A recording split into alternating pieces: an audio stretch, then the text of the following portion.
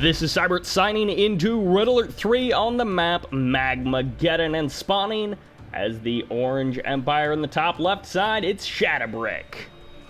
There we go. Gotta get the hotkeys correct. And as the Yellow Allies, it's Android. But in the south, as the Cyan Soviets, it's underscore. And I believe there's 5 underscores there, but in the top right, from Team yzzd, it's Rordg. Rordg, as the purple allies in the bottom middle, in the left, right middle directions. It's underscores. And he's 4 underscores. But as the green Soviets in the bottom right side, it's CCZD-X.Boy. He is green, he is Soviets, and he is grabbing that oil derrick exactly when he should. Now this is a replay from the Chinese server, so all of these guys, I believe, are in China, or at least they're playing with some Chinese guys, and as a result, I have no idea who any of them are. I have no idea if any of them are good. I have no idea what to expect, but I gotta give a shout out to yzzd-PK, who's been hitting me up and sending me some great Chinese replays. I'm gonna be casting a 1v1 after this, and then we're gonna be jumping on into some generals. And I do have a quick question about main event number 2. Now, I live cast those games with Fizzin, but the video quality is pretty bad. The audio quality is all right. It's pretty reasonable. It's not super great or anything, but the video quality isn't very good. And I was curious if you guys wanted a recast of those games so that they'd be a little bit higher quality, or if you want to hear the original commentary from the live stream. A nice engagement here for Shatabrick in combination with Android. That Riptide really lending its power to help clean up a lot of these units. I mean, that's a lot of Peacekeepers, a lot of Javelin Troopers trading for a Barracks, which already produced an Engineer which captured that oil derrick. So not a huge loss there for Shatabrick. He's really going to be feeling quite good about that. At any rate, main event number 2, because that was best of 7 between Tingu and Yui. If you haven't checked out main event number 1 between Lictor and Yui, you definitely should. A nice harassment here coming out from Rordg. Not sure what I'll be calling him. Oh, going to be cleaning up that naval yard, quite possibly. We'll get the Harvester as well, and now those 2 Dolphins might be able to take on the Tango. I'm actually not 100% sure, but nice control there from Roro. Actually going to be able to escape with one of the Dolphins. Nope, decides to turn around and engage the Riptide. A mistake there for sure, as the torpedoes on the Riptide do make them a very formidable opponent. And these players, as you can see, they're doing well to play together, and kind of like Riptides showing up, and then of course base defenses as well showing up to kind of protect their allies, which is of course great and what you want to see from players. However, 5 underscores has now moved out with a couple of, wow, that's a lot of beacons, with a couple of units there. Oh, we do have Javelin Troopers going in. They managed to barely catch that super reactor, which is from our underscore Soviet player on the left side there. And it looks like the multi-gunner turret will go down. So these players, they're playing together, and unfortunately for Android, he had to deal with the super reactor of his ally inside of his base. It ended up going down. I believe the sail did indeed happen, but it wasn't quite fast enough. And now Dolphins are over here harassing Shatabrick, who's desperately trying to clean them up, and that Yari mini-sub won't really be able to save the naval yard, and that's going to just be something that Shatabrick has to rebuild. Shatabrick, it looks like, was doing a bit of harassment, but I'm pretty sure the sentry gun and that Stingray have pretty much cleaned that up there. And I think we're pretty much done with announcements, so yeah, let me know what you think about that. I might have a little poll in the description, so you can check there. It'll just be like a yes/no sort of thing, no real other answers necessary. But at any rate, the cast is available on Twitch, and that's all I'm going to say. So let's focus on this game a little bit more. Lots of Dolphins coming out from our yzzd player, and of course in the description you can check out the names. There will not be a starboard for this match. And our underscore Soviet player, which actually, by the way, okay, so it's Allies versus Soviets when it comes to underscores, Cyan versus Purple. You just got to keep that in mind. At any rate, X.Boy, he's doing a pretty good job, which S-Boy was, I believe, a Soviet player from back in the day, maybe like 2009, around that time, when there was actually a lot of active players So, X.Boy, I'm assuming it's just kind of an homage to that, but to be quite honest, a letter and then the word boy is not exactly the most unique ID ever, so it's very possible that there's no connection between these two players. Was that? No, that wasn't the MCV, that was indeed something else. I'm not sure what just went down there. But that Stingray from X.Boy going to be kind of infringing on the MCV a little bit there, but Android has been doing such a good job just defending and working with his allies. You've been seeing him throw down a lot of multi-gunner turrets, which is something that allies players don't necessarily like to do in team games, because sometimes you get players who are just like, hey man, I'm gonna go for this really dumb strat, why don't you go ahead and throw down a multi-gunner turret in my base so I can go for this really dumb strat that's gonna put us way behind.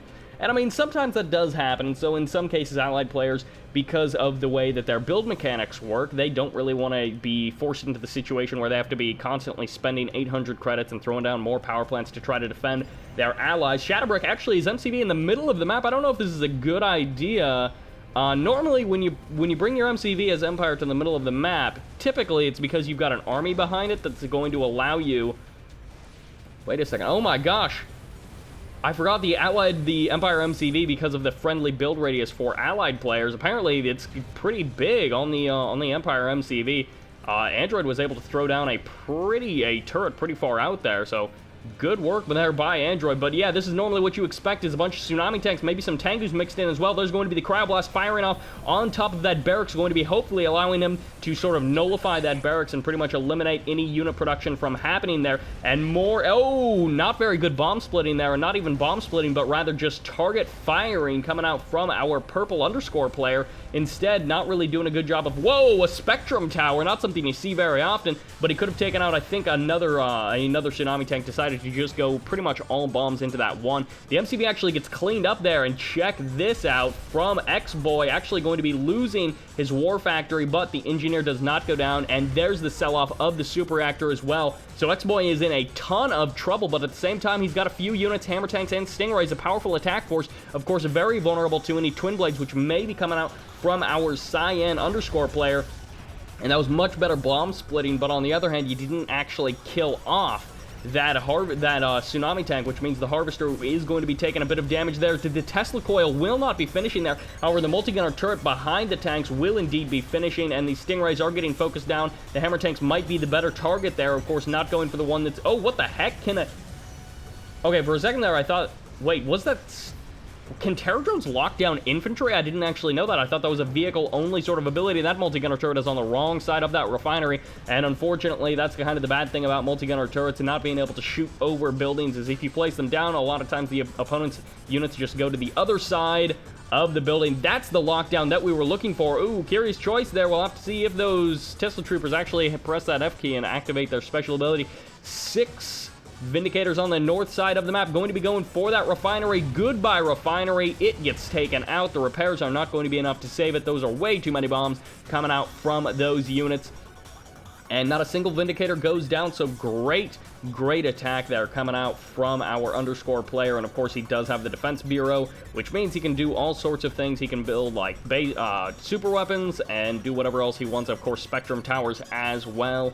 And I'm guessing he's up to that tier 3 or pretty close to it. He's actually just currently sitting at tier 2. Most likely going to be researching tier 3 for those Mirage tanks, for those artillery, the Athena cannons, or maybe even some aircraft carriers. Almost said assault destroyers, but those are indeed tier 2 and also not necessarily going to be super useful. Oh, the cleanup crew, this IFV doing a great job of just cleaning up that airfield, and it's like, hey, he didn't have enough to actually freeze down the entire airfield until...